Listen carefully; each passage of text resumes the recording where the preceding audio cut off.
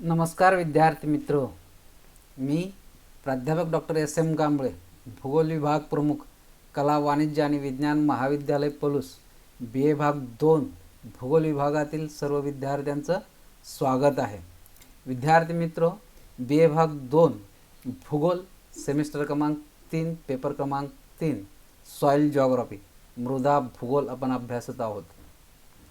या मृदा भूगोलामध्ये प्रकरण क्रमांक 1 मूलभूत मृदा भूगोल. याच्यामध्ये एकूण 3 मुद्दे आहेत. यापूर्वी मी तुम्हाला सांगितलं. पहिला मुद्दा आहे मृदा भूगोल व्याख्या, स्वरूप आणि व्याप्ती. दुसरा मुद्दा आहे मृदा भूगोल व मृदाशास्त्र यांच्यातील परस्पर संबंध. आणि तिसरा मुद्दा आहे मृदा भूगोलाचे महत्त्व. यापैकी पहिला मुद्दा आपला चालू आहे. याच्यावरती 2-3 लेक्चर्स झालेले आहेत. मृदा भूगोलाच्या व्याख्या, स्वरूप आणि व्याप्ती हा मुद्दा. याच्यामध्ये आत्तापर्यंत आपण पाहिलं की मृदा भूगोल म्हणजे काय, त्याही पूर्वी मृदा म्हणजे काय, माती म्हणजे काय, जमीन म्हणजे काय, आणि मग हे पाहिल्यानंतर आपण मृदा भूगोल म्हणजे काय हे पाहिलं. यामध्ये वेगवेगळ्या शास्त्रज्ञांनी केलेल्या मृदा भूगोलाच्या व्याख्या त्या आपण अभ्यासल्या. विद्यार्थी मित्रो, याच्या पुढचा भाग आहे स्वरूप, मृदा भूगोलाचे स्वरूप. आज आपण मृदा भूगोलाचे स्वरूप अभ्यासणार आहोत. विद्यार्थी मित्रो, कोणताही विषय असू दे, कोणताही, तो इतिहास असू दे, भूगोल असू दे, राज्यशास्त्र असू दे, अर्थशास्त्र असू दे, प्रत्येक विषयाच्या अभ्यास पद्धती ह्या एक वेगळ्या असतात. प्रत्येकाच्या वेगवेगळ्या असतात. जसं अर्थात प्रत्येक विषयामध्ये अभ्यासले जाणारे विषय पण वेगळे असतात. जसं इतिहासामध्ये आपण अभ्यासतो, ऐतिहासिक घटनांचा अभ्यास करतो. राज्यशास्त्रामध्ये राजकीय घडामोडींचा आपण अभ्यास करतो. अर्थशास्त्रामध्ये आर्थिक बाबींचा पण अभ्यास करतो. तसं भूगोल हे एक वेगळं शास्त्र आहे. या शास्त्रामध्ये सुद्धा आपण वेगवेगळ्या भौगोलिक घटकांचा अभ्यास करतो. पण ह्या अभ्यास करण्याच्या पद्धती मात्र प्रत्येक विषयाच्या वेगवेगळ्या आहेत. प्रत्येक भूगोलामध्ये सुद्धा अनेक शाखा आहेत. जसं प्राकृतिक भूगोल आहे, मानवी भूगोल आहे, किंवा राजकीय भूगोल आहे, पर्यटन भूगोल आहे, मृदा भूगोल आहे, कृषी भूगोल आहे, सागरशास्त्र आहे. हे वेगवेगळे विषय आहेत. वेगवेगळ्या ज्या शाखा आहेत त्या प्रत्येक वेगवेगळ्या शाखेमध्ये भूगोलाचा अभ्यास एक विशिष्ट पद्धतीनं केला जातो. म्हणजे काय की ज्यावेळी आपण एखादा घटक अभ्यासतो, तो घटक काय आहे, पृथ्वीच्या पृष्ठभागावरील तो भौगोलिक घटकाचे स्वरूप काय आहे, आणि मग त्याच्याबद्दल अध्ययन करायचं असेल, त्याच्याबद्दल माहिती मिळवायची असेल, तर आपल्याला ते कशा पद्धतीनं माहिती मिळवावे लागेल, ते ज्ञान आपल्याला कशा पद्धतीनं माहिती करून घ्यावे लागेल, याच्यावरती आधारित त्याची एक अभ्यास पद्धती ठरते. म्हणजे एखाद्या विषयाच्या अध्ययनाच्या विशिष्ट पद्धतीवरून त्या विषयाचं स्वरूप निश्चित होतं. म्हणजे स्वरूप म्हणजे दुसरं तिसरं काय नाही, तर त्या विषयाचा अभ्यास करण्याच्या पद्धती कोणत्या आहेत, त्या विषयाचा अभ्यास कशा पद्धतीनं केला जातो, किंवा त्या प्रकारचा अभ्यास कोणकोणत्या घटकाला अनुसरून केला जातो, ह्या जो संपूर्ण जो भाग आहे यालाच आपण काय म्हणू की त्याचं अभ्यासण्याच्या पद्धती म्हणू, आणि याच्यावरूनच स्वरूप निश्चित होतं. मृदा भूगोल हे एक वेगळं शास्त्र आहे. असं म्हणण्यापेक्षा मी असं म्हणेल, मृदा भूगोल ही एक प्राकृतिक भूगोलाची शाखा आहे. आणि प्राकृतिक भूगोल हे सायन्स आहे, विज्ञान आहे. मृदा भूगोल हे सुद्धा सायन्स आहे, विज्ञान आहे. याचे अभ्यास करण्याची पद्धत नक्कीच वेगळी आहे, नक्कीच वेगळी आहे. आणि मग त्याला अनुसरून मृदा भूगोलाचे स्वरूप निश्चित झालेलं आपल्याला पाहावयास मिळतं. आता मृदा भूगोलाचे स्वरूप आपल्याला जर स्पष्ट करायचं असेल तर ते वेगवेगळ्या मुद्द्यांच्या आधारे आपल्याला स्पष्ट करावं लागेल. म्हणजे कोणताही असा एक स्टॅम्प नाही, शिक्का नाही की बाबा याचं स्वरूप सो अँड सो, त्या विषयाचं स्वरूप सो अँड सो, ना. तर काय की ज्या जे घटक आपण मृदा भूगोलामध्ये अभ्यासतो ते प्रत्येक घटक वेगवेगळ्या पद्धतीनं अभ्यासतो.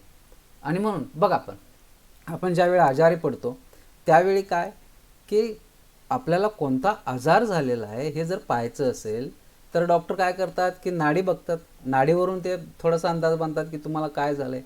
काही डॉक्टर काय करतात की तुमचं टेम्परेचर बघतात. टेम्परेचर किती आहे, तुमचं तापमान, शरीराचं तापमान किती वाढलेलं आहे. काही जण काय बघतात की तुमचं ब्लड चेक केलं जातं. ब्लड, मग आता ते ब्लड काय की लॅबमध्ये चेक केलं जातं. बऱ्याच वेळा बाबा काय हाडांचा प्रॉब्लेम असेल तर त्याला स्कॅनिंग केलं जातं किंवा त्याचे एक्सरे काढले जातात.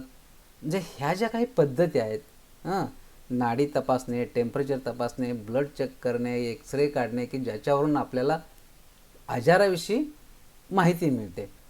तसं भूगोलामध्ये आपण नेमका कोणत्या घटकाचा अभ्यास करणार आहोत, त्या घटकाला अनुसरून अभ्यासाच्या पद्धती बदलतात. आणि मग याला अनुसरून मृदा भूगोलाचे स्वरूप ज्यावेळी आपण अभ्यासतो त्यावेळी हे मृदा भूगोलाचे स्वरूप वेगवेगळ्या मुद्द्यांच्या आधारे आपल्याला स्पष्ट करता येतं, की बाबा आपण मृदा भूगोलाचा अभ्यास, काही घटकांचा आपण अभ्यास या पद्धतीनं करतो म्हणून मृदा भूगोलाला वेगळ्या प्रकारचं स्वरूप झालं. हा एक भाग. विद्यार्थी मित्र, जसजसं शास्त्र विकसित होत जातं, हे काही चुटकीसरसे एखादं शास्त्र विकसित झालेलं आपल्याला पाहावयास मिळत नाही. यासाठी कित्येक वर्षांचा कालावधी लागतो.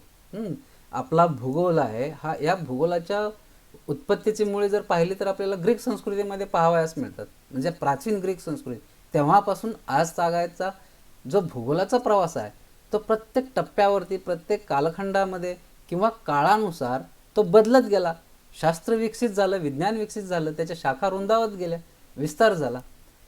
तसं त्याचं स्वरूपही बदलत गेलं. जसजसा काळ बदलत जाईल तसतसं त्याचं त्या विषयाचा आवाका, त्या विषयाची व्याप्ती वाढते, स्वरूपही बदलतं. आता मृदा भूगोलाचे स्वरूप, नेचर ऑफ सॉइल जॉग्राफी, याचा आपण अभ्यास करत असताना आपल्याला ते वेगवेगळ्या मुद्द्यांच्या आधारे मृदा भूगोलाचे स्वरूप कसं आहे हे सांगता येईल.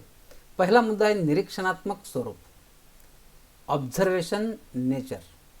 म्हणजे मृदा भूगोलाचे स्वरूप कसं आहे, निरीक्षणात्मक पद्धती आहे. कारण आपण निरीक्षण करूनच वेगवेगळ्या घटकांचा मृदा भूगोलामध्ये अभ्यास करतो. दुसरा मुद्दा आहे वर्णनात्मक स्वरूप, डिस्क्रिप्टिव्ह नेचर. वर्णन करतो. मृदा भूगोलातील अभ्यासले जाणारे घटक हे वर्णनात्मक पद्धतीने स्पष्ट केले जातात. तिसरा मुद्दा आहे वैज्ञानिक स्वरूप, सायंटिफिक नेचर. जे शास्त्रीय स्वरूप, किंवा जे अभ्यास करण्याची पद्धत आहे ती एक वैज्ञानिक आहे, शास्त्रीय आहे, किंवा त्याला शास्त्राचा आधार आहे. चौथा मुद्दा प्रादेशिक स्वरूप, रिजनल नेचर. म्हणजे मृदा भूगोलाचं स्वरूप हे काय आहे की रिजनल आहे, प्रादेशिक पातळीवरती आपण त्याचा अभ्यास करतो. पाचवा मुद्दा आहे संशोधनात्मक स्वरूप, रिसर्च नेचर.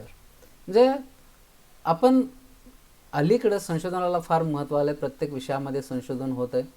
तसं मृदा भूगोल त्याला काही अपवाद नाही आहे. मृदा भूगोलामध्ये मोठ्या प्रमाणात संशोधन केलं जाते, नवीन नवीन घटकांचा अभ्यास केला जातो.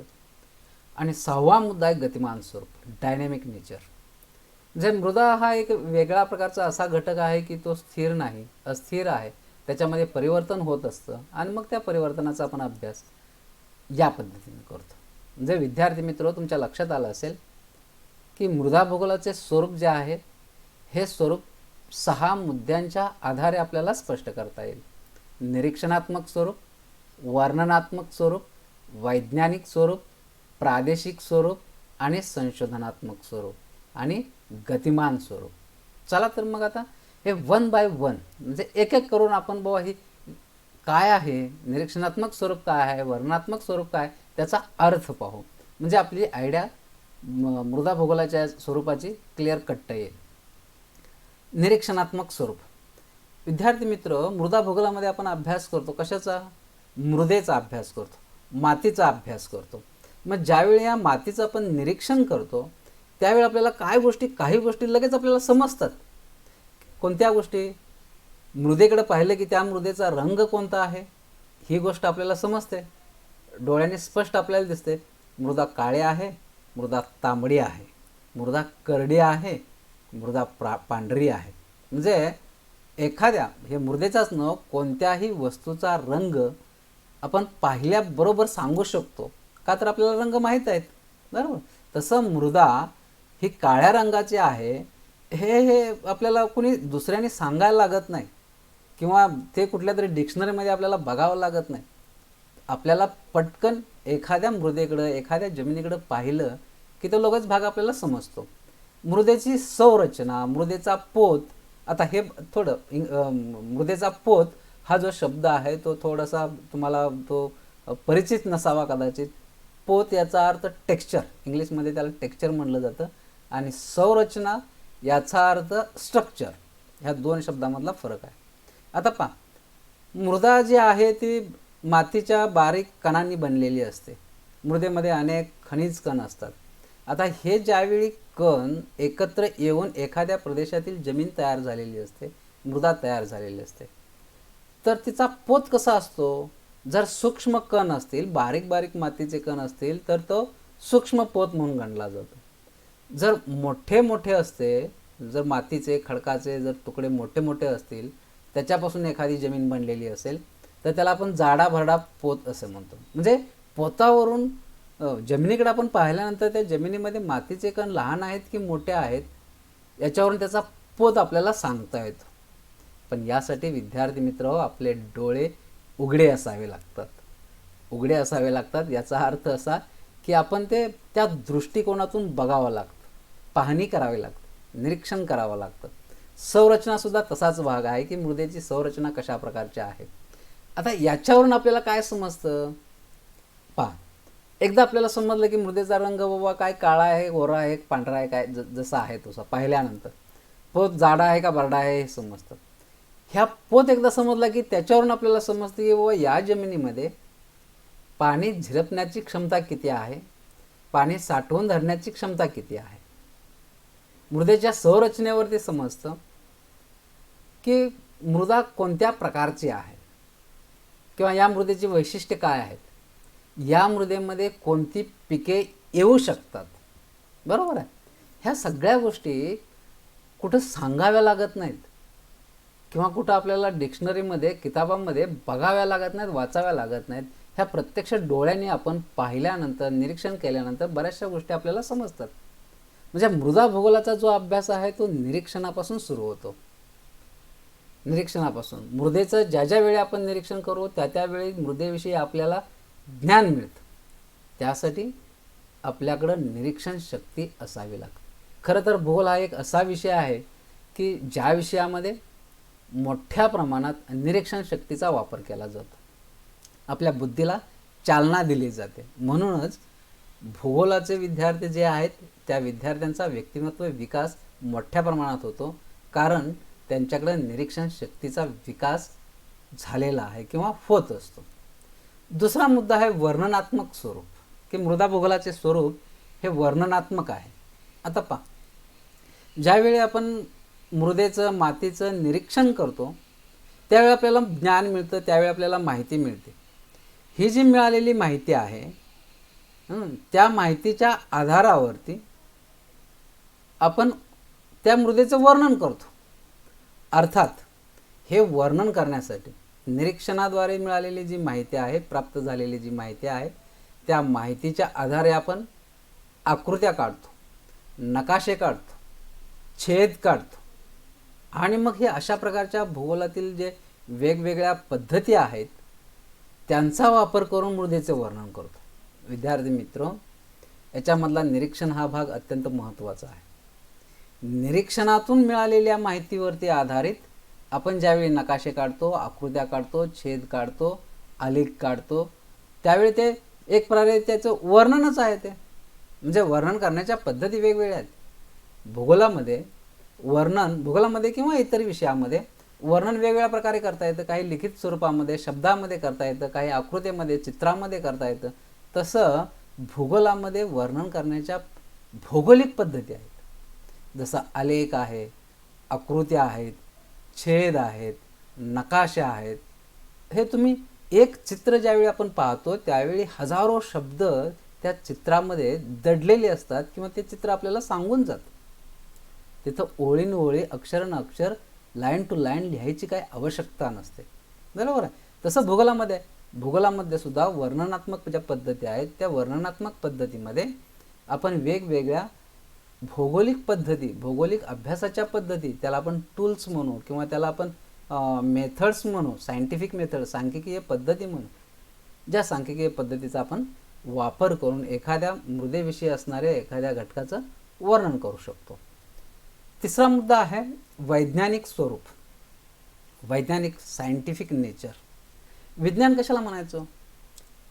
की जो विषय कसोटीला उतरलेला असतो, सिद्ध झालेला असतो. ज्यावेळी आपण सोन्याची परीक्षा घेतो त्यावेळी त्याला नुसतं पाहिलं की हो ते सोनं आहे असं जे चकाकतं ते सोनं ज्याला आपण म्हणत नाही.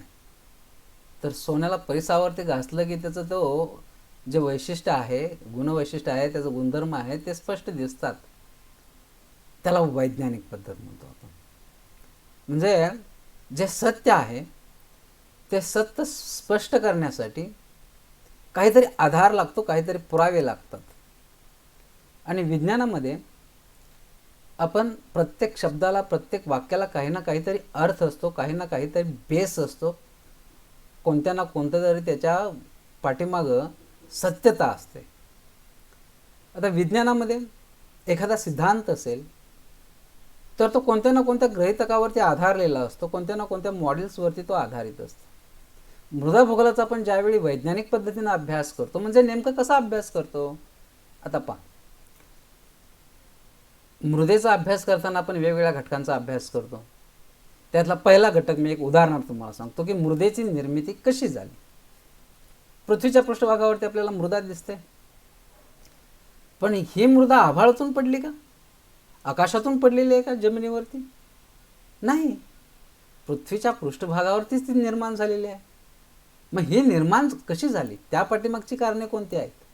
मृदा आपल्याला दिसते, काळी मृदा आहे, तांबडी मृदा आहे, पण ती निर्माण कशी झाली हा ज्यावेळी प्रश्नचिन्ह आपण उपस्थित करतो त्यावेळी आपल्याला समजतं की मृदा निर्मितीच्या वेगवेगळ्या प्रक्रिया कोणकोणत्या आहेत, किंवा निसर्गामधला हा अत्यंत महत्त्वाचा घटक कसा तयार झाला. याला वैज्ञानिक पद्धत म्हणतात. दुसरा, रंग कसे, मृदेचे रंग वेगवेगळे आहेत, पण हे वेगवेगळे रंग का प्राप्त झाले? मृदेला वेगळे रंग का प्राप्त? एखाद्या ठिकाणी आपण बघतो काळी मृदा आहे, एका ठिकाणी तांबडी, पण तिथं ती तांबडी का आणि इथं ही काळी का, किंवा तो काळा रंग तिला का प्राप्त झाला? संपूर्ण पृथ्वीच्या पृष्ठभागावरती एकाच रंगाची मृदा आपल्याला का आढळत नाही? असे ज्यावेळी आपण प्रश्न आपल्या मनाला विचारतो त्यावेळी त्या प्रश्नांची उत्तरं शोधत असताना जी माहिती आपल्याला मिळते त्यावेळी ती माहिती शास्त्रीय आधारावरती असते. ओके, मृदेत कोणते घटक आहेत? जसं आपण ब्लडमध्ये टेस्ट केल्यानंतर सांगतो की बाबा रक्तामध्ये, ब्लड्समध्ये तुमच्या आयर्न एवढा आहे, कॅल्शियम एवढा आहेत, किंवा इतर घटक एवढे एवढे आहेत. जसं आपण पाण्याची टेस्ट करतो तसं म्हणजे मृदेची सुद्धा टेस्ट केली जाते. हां, जसं आपण ब्लडचं टेस्ट करतो तसं मृदेची सुद्धा टेस्ट केली जाते. आणि त्या मृदेमध्ये मग कोणकोणत्या प्रकारचे घटक आहेत, कोणकोणत्या प्रकारची खनिज आहेत किंवा मूलद्रव्य आहेत ते शोधलं जातं. आता ते लॅबमध्ये आपल्याला करावं लागतं, पण त्याला काय आहे? सायन्सचा आधार आहे, विज्ञानाचा आधार आहे.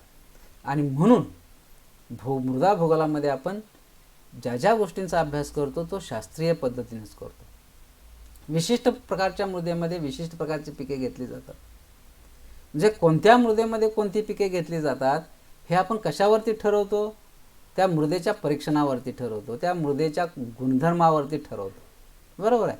मग एखाद्या मृदेमध्ये हेच पीक का घेतलं जातं त्यावेळी आपल्याला त्याची उत्तरं मिळतात. आणि म्हणून मग अशा प्रकारची की ज्यावेळी एखाद्या मुद्द्याच्या मुळापर्यंत आपण जातो किंवा त्या मुद्द्याची माहिती माहीत असताना ज्यावेळी आपण वेगवेगळ्या प्रकारचे प्रश्न उपस्थित करतो आणि त्या प्रश्नांची उत्तरं शोधतो किंवा त्या प्रश्नांची उत्तरं मिळवतो त्यावेळी ही जी अभ्यासाची पद्धत आहे ती वैज्ञानिक आहे, शास्त्रीय आहे.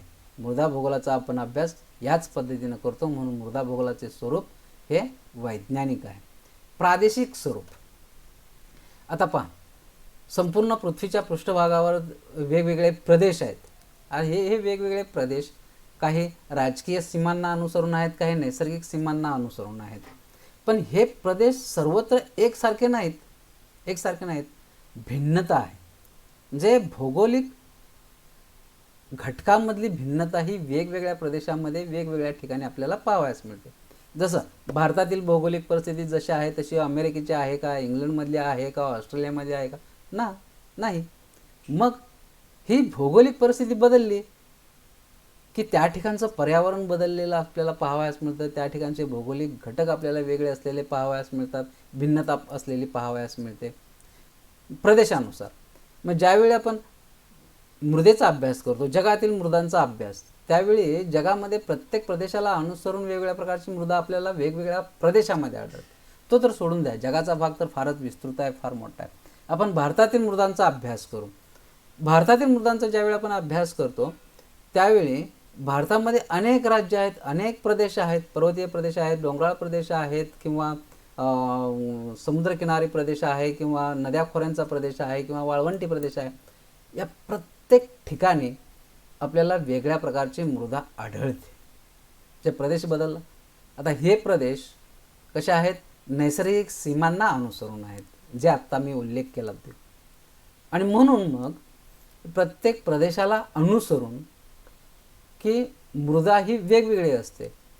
आता ज्यावेळी आपण मृदेचा अभ्यास करतो त्यावेळी हे मृदेची विभागणी प्रदेशामध्ये केली जाते आणि सूक्ष्म पद्धतीने अभ्यास केला जातो. जसं मी उल्लेख केला की बाबा जगातील मृदेचे वितरण, हे अभ्यास करताना आपल्याला ढोबळमानाने अभ्यास करावा लागतो.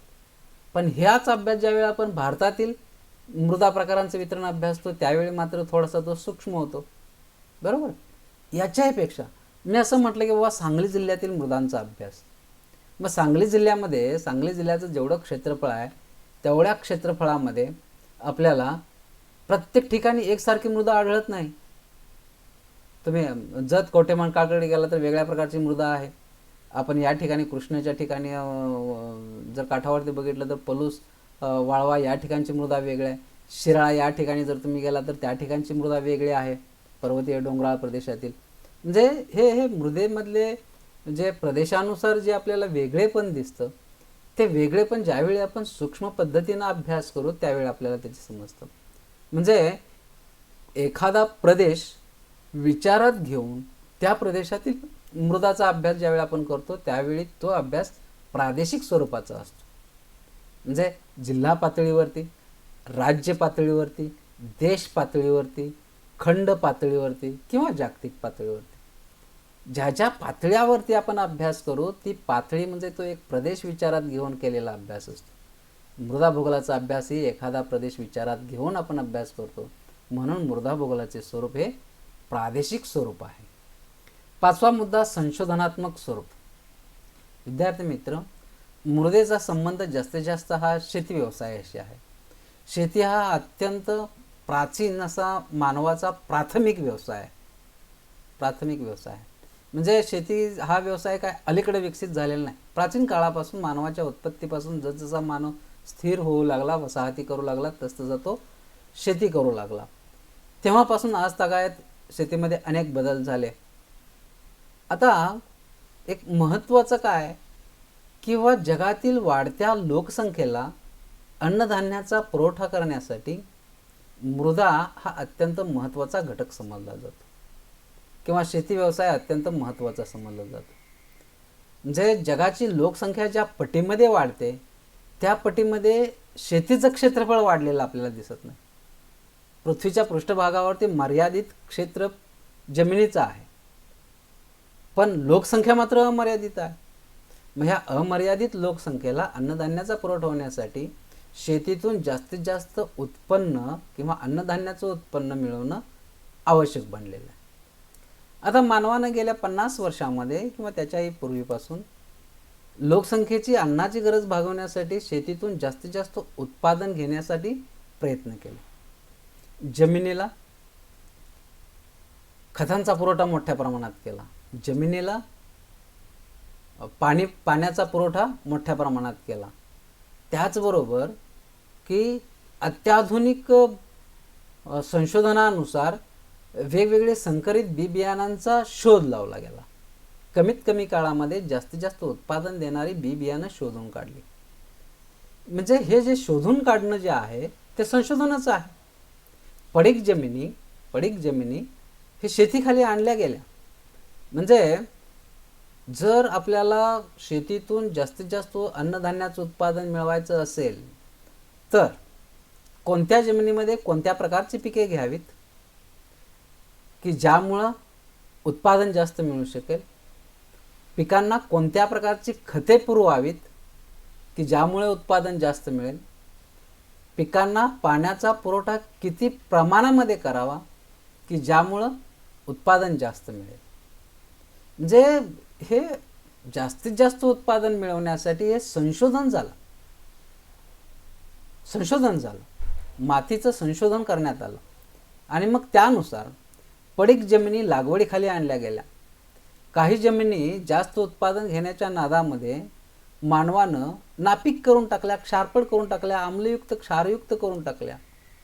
अशा क्षारयुक्त झालेल्या जमिनी, आम्लयुक्त झालेल्या जमिनी पुन्हा त्याच्यातून शेती करण्यासाठी, त्याच्यातून उत्पादन घेण्यासाठी वेगळ्या प्रकारचं संशोधन आता सध्या विकसित होत आहे किंवा संशोधन त्याच्यामध्ये होत आहे. आणि म्हणून मृदा भूगोलाच्या अभ्यासामध्ये संशोधनाला महत्त्व प्राप्त झालेलं आपल्याला पाहावयास मिळतं. म्हणून मृदा भूगोलाचा अभ्यास हा संशोधनात्मक स्वरूपाचा आहे असं म्हटलं जातं. त्यानंतर गतिमान स्वरूप. गतिमान स्वरूप म्हणजे काय की मृदा हा घटक स्थिर नाही, तो अस्थिर आहे, तो सतत बदलत असतो. सतत बदलत असतो म्हणजे काय की आता पहा, मृदेची निर्मिती जी आहे ती वेगवेगळ्या प्रक्रियामधून झालेली आपल्याला पाहावयास मिळते, बरोबर आहे. पण एखाद्या ठिकाणी अस्तित्वात असणारी मृदा ही वर्षानुवर्षे एकसारखी राहील याची खात्री नसते. का तर काही नैसर्गिक घटक आहेत, काही रासायनिक घटक आहेत, काही जैविक घटक आहेत की ज्या घटकामुळं त्या मृदेमध्ये बदल होत गेलेले आपल्याला पाहावयास मिळतात किंवा बदल होत जातात. म्हणजे निसर्गातील हा एक अत्यंत महत्त्वाचा घटक मृदा आहे की ज्या मृदेमध्ये त्या मृदेचे स्वरूप बदलते, मृदेचे गुणधर्म बदलतात. हे दोन्ही कारणामुळे, मानवनिर्मित कारणामुळे किंवा मानवी कर्तृत्वामुळेही म्हणा किंवा नैसर्गिक कारणामुळे म्हणा, किंवा सुपीक तयार झालेली मृदा पुन्हा नापीकही बनते. म्हणजे हे मृदा जे आहे ते मृदेमध्ये स्थित्यंतर होत असतात. मृदेमध्ये काही ज्या क्रिया होत असतात त्या क्रियेमुळे मृदेचे स्वरूप बदलते.